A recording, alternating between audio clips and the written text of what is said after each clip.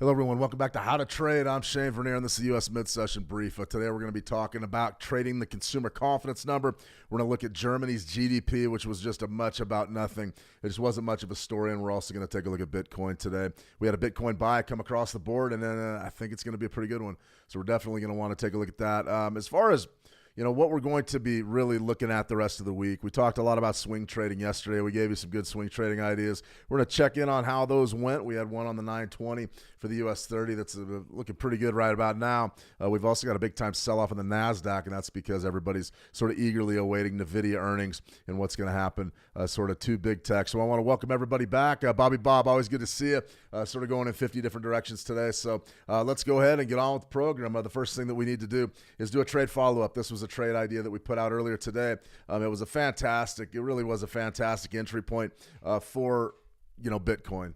And people have been saying, Shane, Bitcoin. Everybody wants to know about Bitcoin. Well, finally, after being patient, one of our levels came into play today, and I think it's going to be probably where a majority of the world steps in and buys this dip. So I want to really spend a little bit of time on this trade idea because it's important. Team Marina, good to see you. Bobby Bob, always a pleasure, guys. Let's go ahead. The trade follow-up is buying Bitcoin at market. So I put this trade idea out earlier today, and the idea really was, hey, listen, Bitcoin is traded down to our key level, our 38% monthly level. So I basically was just saying, hey, buy this thing. I had to put a level in there. We put in 86.5. You should already be long if you're interested in this trade idea.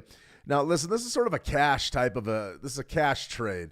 So if you're on a derivatives Bitcoin, if you're trading a Bitcoin CFD or a Bitcoin pair or whatever Bitcoin futures, you're not going to be able to risk 4,500 ticks. You're not going to be able to do it. Depending on your profit, or maybe you might be able to do it on a Bitcoin USD with a real small contract. But on a cash market, this would have been a fantastic play because you're looking to buy in, and really we're looking to hold for about $4,500. I'm looking for a bounce right back up above 91, and I think that we're probably going to get that today. I would be really shocked if we trade down from here. I think this is probably going to be where we base. Now, if we don't, and you see Bitcoin come way off, then we got other entry points we'll look at. But this is interesting to me.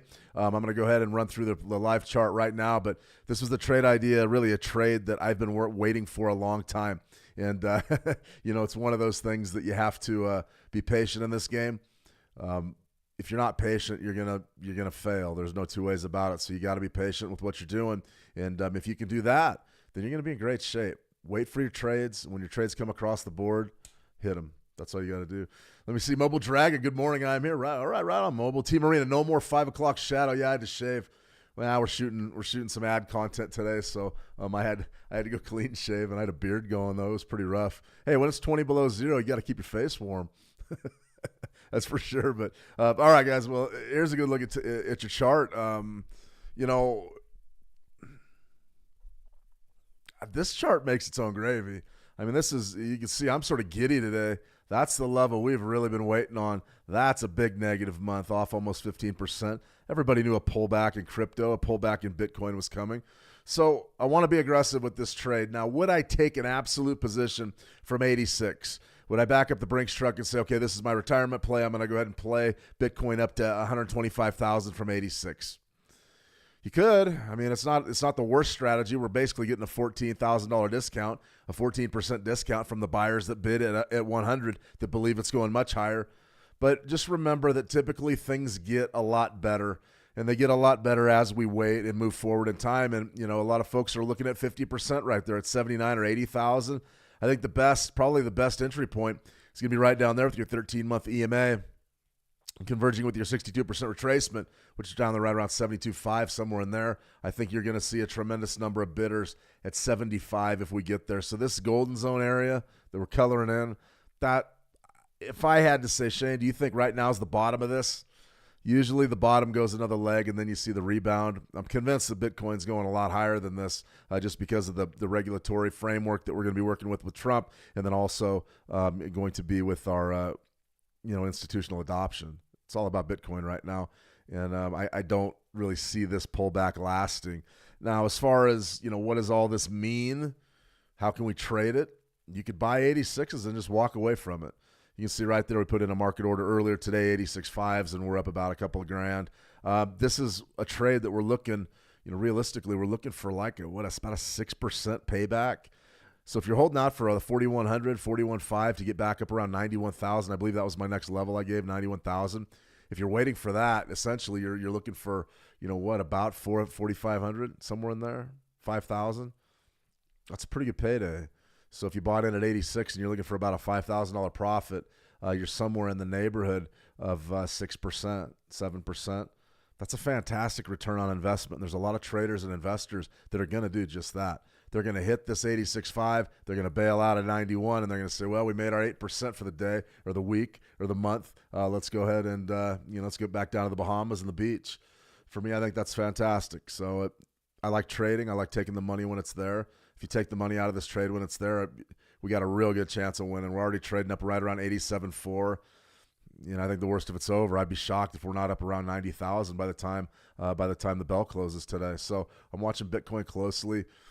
The folks that are going to bet the big money, though, the life-changing money, probably, the ranches and the cars and the wives and the husbands and the horses, well, they're going to back up the Brinks truck. That'll be right down here if we get there. Problem is I'm not convinced that we get there. This is a bull market. Everybody wants a piece of Bitcoin, and I got to think everybody's lining up to buy this dip.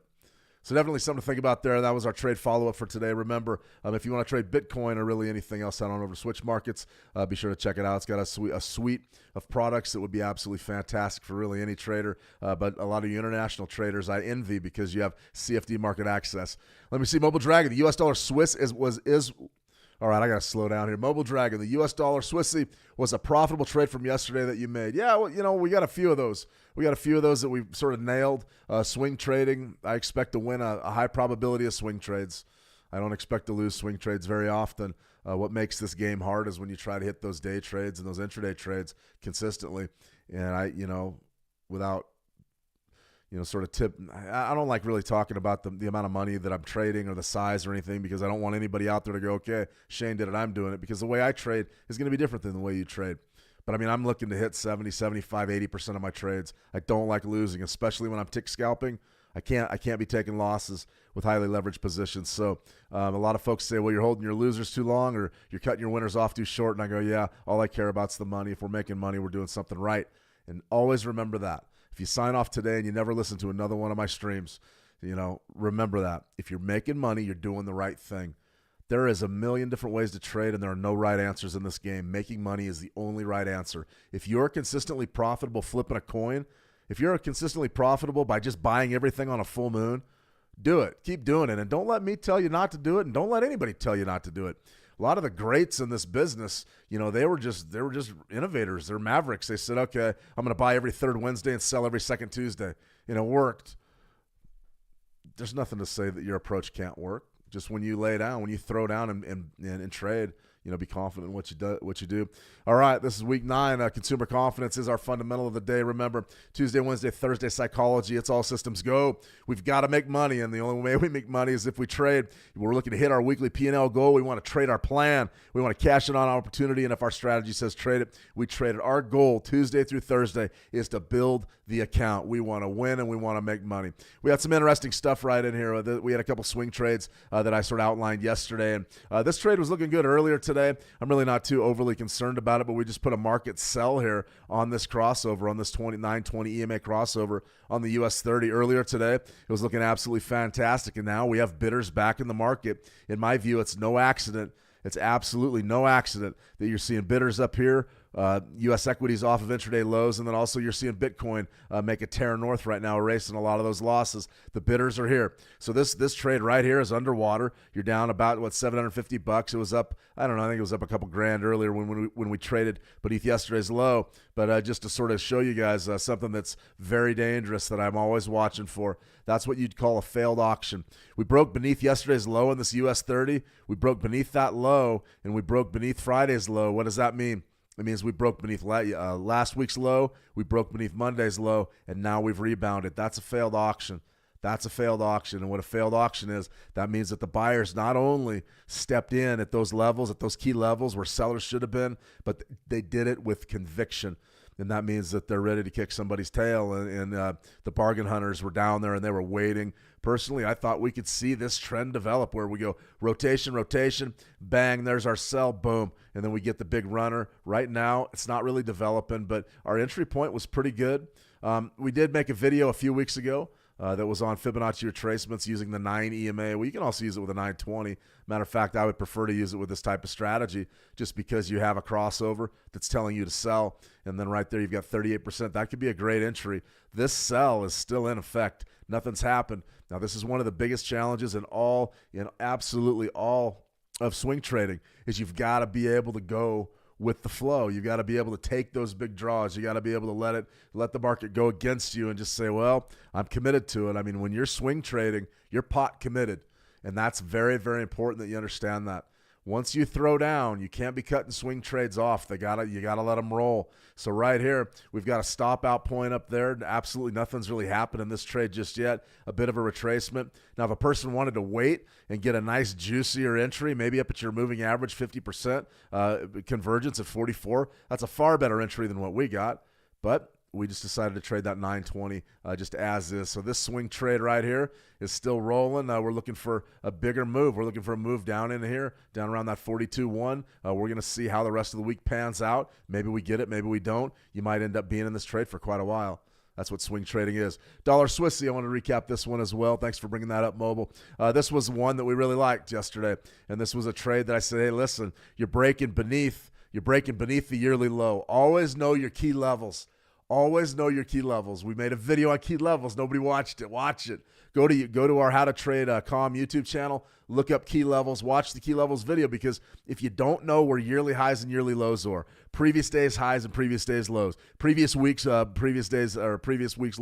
previous months highs and lows, if you don't know where those things are, you're bound to make mistakes. Now we sort of thought, there's a pretty good shot there could be a bearish breakout here. So what did we do?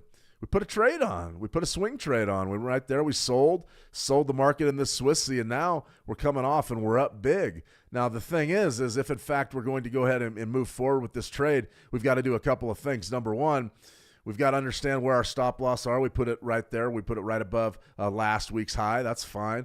Now we're coming off. You got to hold out. You got to wait till we get your payday, even though you're way ahead on this trade. It would be really hard for me not to take that money off the board, but if you're a swing trader, you got to let it roll. You just have to let it roll. All right. Well, we had a few other things that we needed to look at today. We had a few news items that I wanted to cover. The news of the day was consumer confidence. Now, we had Great Britain pound. We had Germany's GDP come out. It came in line with expectations. We'll talk about that in a minute. But the consumer confidence numbers out of the United States, they're sort of – this is a prediction that I made not too long ago where I said, hey, listen, these numbers – are going to get consistently worse as the year goes on. As we get deeper and deeper into the Trump administration, a lot of these numbers are going to be up in the air. And the reason why is you're seeing big federal layoffs right now. You're seeing an immigration, mass deportations. You're seeing tariffs, a lot of tariff talks. You're going to be seeing tax issues coming our way very soon. And you also have to remember that a lot of folks that do these reports actually work in the government, and they may or may not like or favor the current administration. Now, I called out all of last year, I called out the NFP numbers as being absolute hogwash. Last year, the employment numbers in this country were rigged. I believe they were rigged. And the reason why I would say that is because every single report, they were revised. We saw big-time revisions. I'm not saying that these numbers are necessarily just outright fabrications. But what I am saying is there's always a way to paint the glass half full and half empty. And you're going to see a lot of these numbers be half empty. The glass is going to be half empty because there's going to be a lot of pressure coming into the market from those change agents, tariffs, layoffs, deportations. Industry right now is in a state of flux. Nobody knows what to expect with the new administration. That's what we're seeing right now. Consumer confidence pretty much is a predicate, or it's a leading indicator of what exactly a recession is. It's all about consumer confidence. If in fact the consumers don't want to buy anything, then you're in for an economic contraction. And when you get a contraction, you get recession. That's what this game's all about. No president wants a recession. No Fed chief wants a recession. Nobody wants a recession. So when we see a number like this, it's an eyebrow raiser. CB consumer confidence came in at 98.3. That was beneath 102.7 expected and 105.3 previously. It was a major decrease. It was the lowest since 2021, and that was really saying something. That's going back to COVID levels. Now, a lot of these other numbers, they don't mean anything. They mean that's a nice big glass of nothing. They don't mean anything. Richmond manufacturing, I guess, okay, the manufacturing in the Richmond area is up. Manufacturing shipments, Dallas services revenues, all that stuff. Crumple it up, throw it away, it doesn't matter. But this is going to be the way forward in the talking points. We're going to be talking about consumer confidence because these numbers are beginning to gain importance because there's a lot of us out there that believe we're going to go into a mild recession. We believe things are going to get a lot worse here in the United States before they get better. Now, I will say just right off the bat with the new economic policies and the things that are going on here in the States, if they stick to it for 4 years, the United States is going to come out of it very well. There's no question about that. The policies will work. Cutting the government spending will work. Sort of reforming a lot of the open book policies of the Biden administration.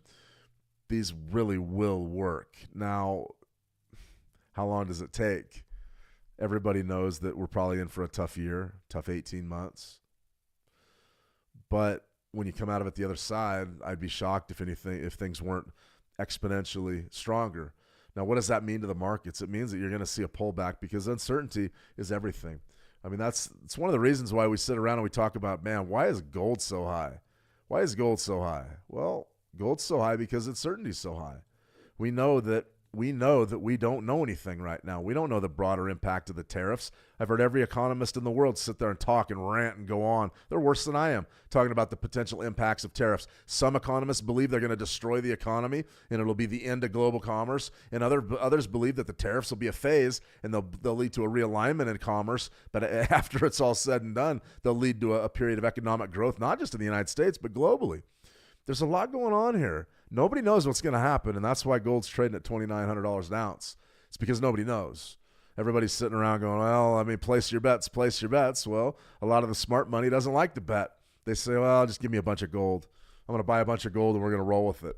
I think that's not a bad play. I mean, I got a great question yesterday from a user in the room, and reached out and said, hey, Shane, what happens if Trump and Musk and these guys, they go down and they audit Fort Knox?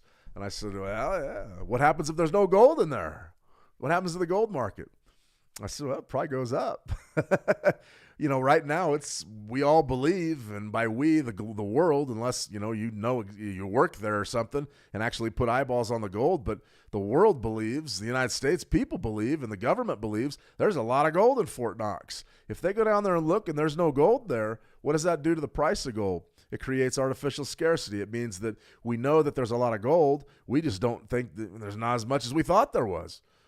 What does that do to gold? It spikes it above 3,000. It happens fast. So is another factor if we're trading gold. We've got to keep our ear to the ground and really our eyes on the news, because if in fact they announce a sweeping audit of Fort Knox, we're going to need to be careful with our gold market, because you're going to see short-term volatility. Now that audit can come at any time. As fast as things are moving, it wouldn't shock me if they saddled up the Air Force One and went down there tomorrow and did it. I just don't know. But I will say that that's potentially a major market driver for the bullion pricing.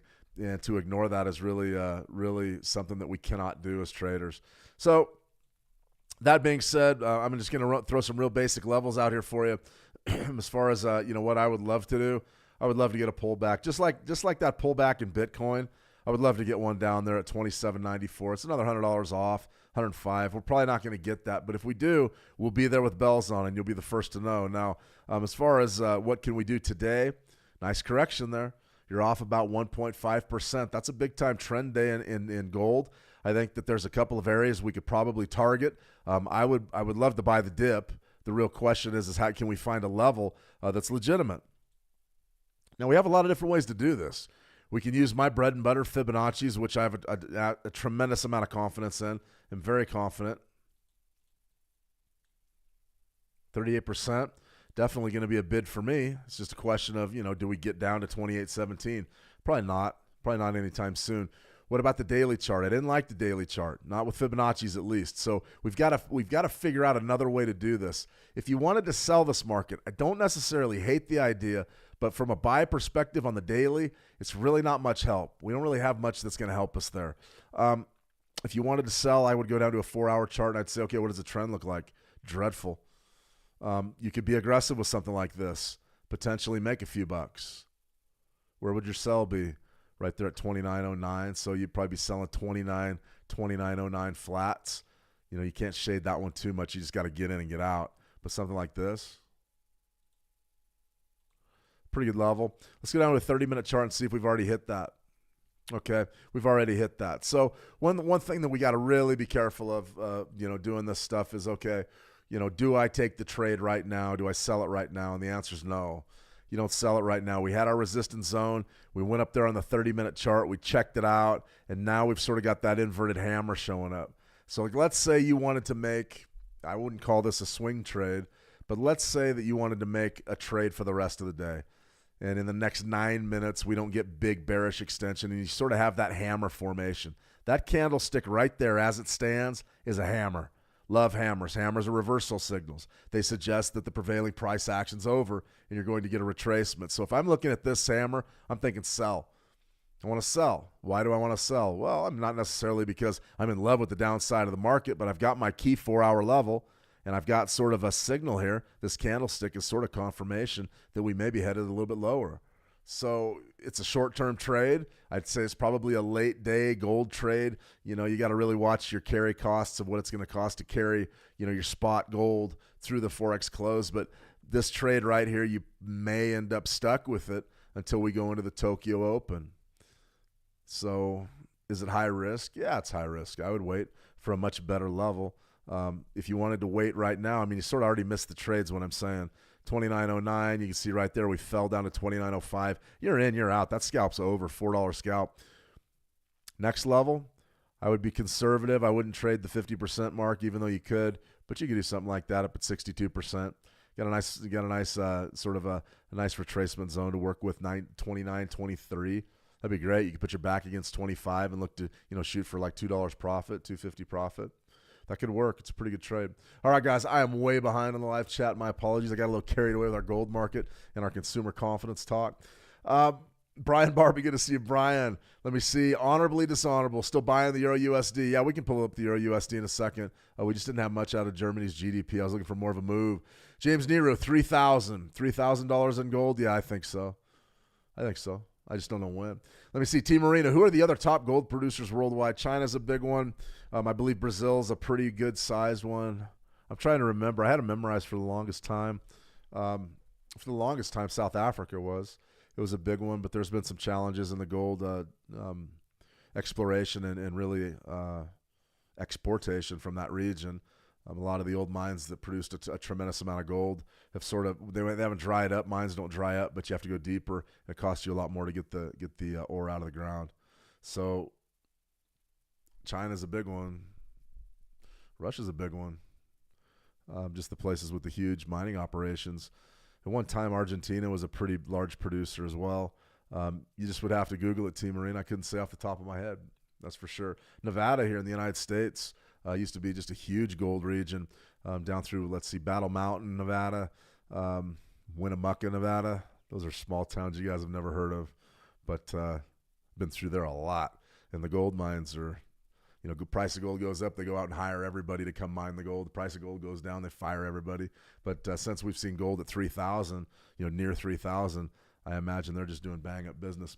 Just another quick glance at our consumer confidence numbers. The big takeaway here is pessimism about the future returned, yada, yada. This shouldn't shock anybody. You're going to see more and more of this type of headlines as these economic numbers come out, and they're going to put some downward pressure on the market. Now, the other thing that we were talking about today that was not really, it was sort of, I thought we could get some mileage out of this with the euro, but nothing happened.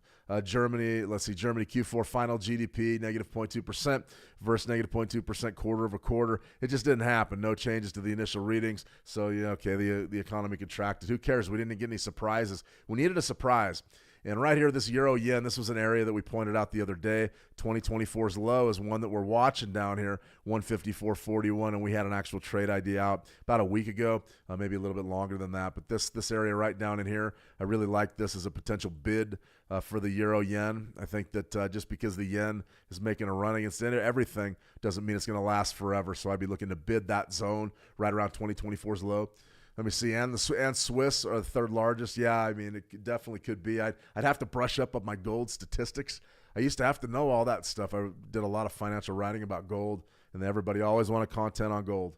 So I was like, In any case, right there, euro yen. We just didn't get much movement out of the euro at all. Let's go ahead and take out the euro USD. Honorably dishonorable. Still buying the euro USD. It looks to be a pretty good move. We're coming right into an area though that I'm excited about selling. So I believe we have that up as a trade idea as well.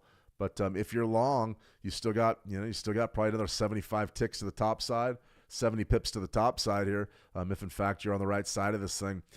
Big bounce back month, though, 1.39% up for the euro this month. That's a big deal. 38%, though, right there at 105.77. Probably going to step in there with both hands and sell. But that's just me. All right, let's get back to gold for a second, though, because I do want to sort of put gold on this chart right here. And you can see, since we've been talking, we have a leverage position there on the US 30. These are demo dollars. Don't get carried away. But this is starting to pan out and look like it's going to be a pretty good trade. I would be surprised if we don't trade down from here. But we don't know what's going to happen. As far as gold goes, let's take a look at the 920 on gold. It's tough. Let's get rid of all that stuff. What are we really doing?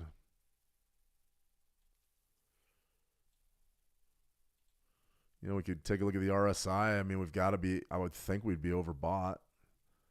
These charts are just getting clunkier and clunkier. Yes. I've had more problems with TradingView in the last. In any case, you can barely see that at the bottom of my screen, and it won't seem to expand for me for whatever reason. Oh, there you go. Right there, you're in overbought territory severely. You're looking for a sell signal. I would be watching this relatively closely. If I was a daily trader, a swing trader, maybe even an investor, once you see this 9 cross over this 20 EMA, that's going to pretty much be the signal that the intermediate term top may be in for gold. Now, take a look at this. I mean, right there's your crossover. And if you got long down on that crossover back in, let's see, what is that, January? 7th of January? You absolutely have killed it. You've really killed it. But Right now, you're probably looking for the cross under to put the shorts on, and a lot of traders are going to do that. I can already tell you that, if you're, big money trader, and let's say you get that 9 to cross over down in here somewhere, I mean, the trade's going to be obvious. They're going to go ahead, they're going to put their stop loss above the highs, and they're going to shoot for a big time retracement, maybe down here into 26 and a quarter, somewhere way down there. That trade's, something that a lot of traders are really waiting on. And I can see the logic in it. I mean, you could take that trade and say, listen, higher interest rates are going to destroy gold. You could say that and get away with it. You need a reason, though. You can't just step up and sell this market. What they call it, just step up and selling it naked. That's a bad idea, because there's no limit to how high this thing could trade to 5,000 and then retrace to 2,500. It has never done it, but it doesn't mean that it couldn't do it tomorrow or the next day. We just don't know, guys. We just don't know. As far as one other pair that I would look at here, as far as a Forex pair, just because I'm interested in the Euro USD, just we're not really overbought or oversold, but I think honorably dishonorable could be onto something. I mean, right there was your bullish break. Your 9 crossed over your 20, so theoretically you would be in a long here, according to the 920 crossover. Something to think about there, though, if you're so inclined. Let's go one last market here, and we'll go ahead and sign off for a little while. This is one that sort of near and dear to the old heart. U.S. oil is just absolutely plunged, and there's a couple of reasons why U.S. oil is plunging right now. You're off about 6.75%, almost 3% today. It was an absolute ugly Friday. Yesterday was sort of slower, but we're starting to get into we're beginning to understand that the Trump administration and their policies, they're going to run crude oil. I mean, they're going to run the market, and they really look like they're going to run the global market. There's talk that there's going to be a peace deal here imminent between the Russia and Ukraine. There's talk that Trump's going to be in Saudi Arabia very soon, potentially as early as later this week, to have a potential peace summit. If you do see peace out of that region, one of the things that's going to happen is you're going to have crude oil prices and energy prices in general. They're going to go down. Now, this U.S. oil, I want to show this level as much as I can because not many people recognize it. Remember, those COVID lows were somewhere right down around negative $40 a barrel. 38% is right there at 65. Whew, Sarah, 64.50 to 65. That looks to me like where we're going. I'll be a buyer down there. As far as right now, I probably want to be a seller. I got caught on the wrong side of this market Friday. It was not much fun. That right there was a late day sell-off that was not much fun. But, hey, that's life. And now what do you have? You sort of had a bit of a rebound yesterday. You rebounded above that high, and now it's just back on again to the downside. If you wanted to make a late day trade, if you wanted to make a late day trade here in U.S. oil, you could probably do something like this. Selling 69.33s, you got to rally about 50 pips, but it's possible. You got about an hour left in the trading day. It can be done. So you definitely want to be watching that level. Intraday WTI crude oil. One last one, and this is sort of a celebratory, I would say, market call. This is one that I put out a long time ago, guys, like a long time. We were back here last year in March. You can see that opening gap right up there that opened between 22 and 23, that was a gap. Natural gas, the market absolutely fell apart. Always remember that when it comes to commodities, gaps get filled. They get filled. Now, could you legitimately have targeted that gap over the past few years and made any money? Not really. As long as you had a nice area to stop yourself out at, right here was right around 2, and then we traded down to about 150. So those areas, clearly the institutions got involved. But we're sort of heading up. We're in the heart of the wintertime here in the northern hemisphere. But don't get it twisted. Natural gas can plunge. More than likely, we'll take a hit on announcement of the Russia-Ukraine peace deal. More than likely. So a lot going on here in natty gas. We'll talk a little bit more about energies tomorrow. Tomorrow, though, we are going to do another workshop, get a lot of great feedback on the workshop. So we're going to do a 920 EMA crossover workshop. We'll talk about some of the trades that we were looking at today on that 920, probably put out a trade idea based on the 920. But in my view, the biggest 920 trade out there is going to be gold, and it's going to be a crossover trade setup in a trade situation. If we cross under, if the 9 drops beneath the 20 on that daily time frame for the XAU USD, the market more than likely falls apart. All right, guys, I'm going to go ahead and sign off. I want to thank everybody for joining me. Not a tremendous amount going on today, but there's a lot of people that are really nervous right now. Remember, Nvidia is going to be the big story later today with the earnings report, and basically they're trying to carry the entire Nasdaq right now. The Nasdaq's in a free fall off about 1%. I expect the Dow Jones to close negative as well. We just got to wait and see how the intraday price action unravels. Okay, everybody, that's a wrap for me. From here, Dillon, Montana, it's warming up nicely. We got about a 50-degree day. I swear it went 50 degrees Fahrenheit and the entire town came alive. So hopefully winter's over. It's been a long, ugly one. I hope have an absolute fantastic session. If you have anything or need anything, just cruise by the How to Trade trading room. Send me a private message. Absolutely, Bobby Bob, my pleasure. Send me a message. If you have any questions, comments, or anything, you can also leave them on this live stream in YouTube. All right, guys, that's a wrap. 9:20 crossover workshop tomorrow. Trade the action well, and we'll talk soon. See you.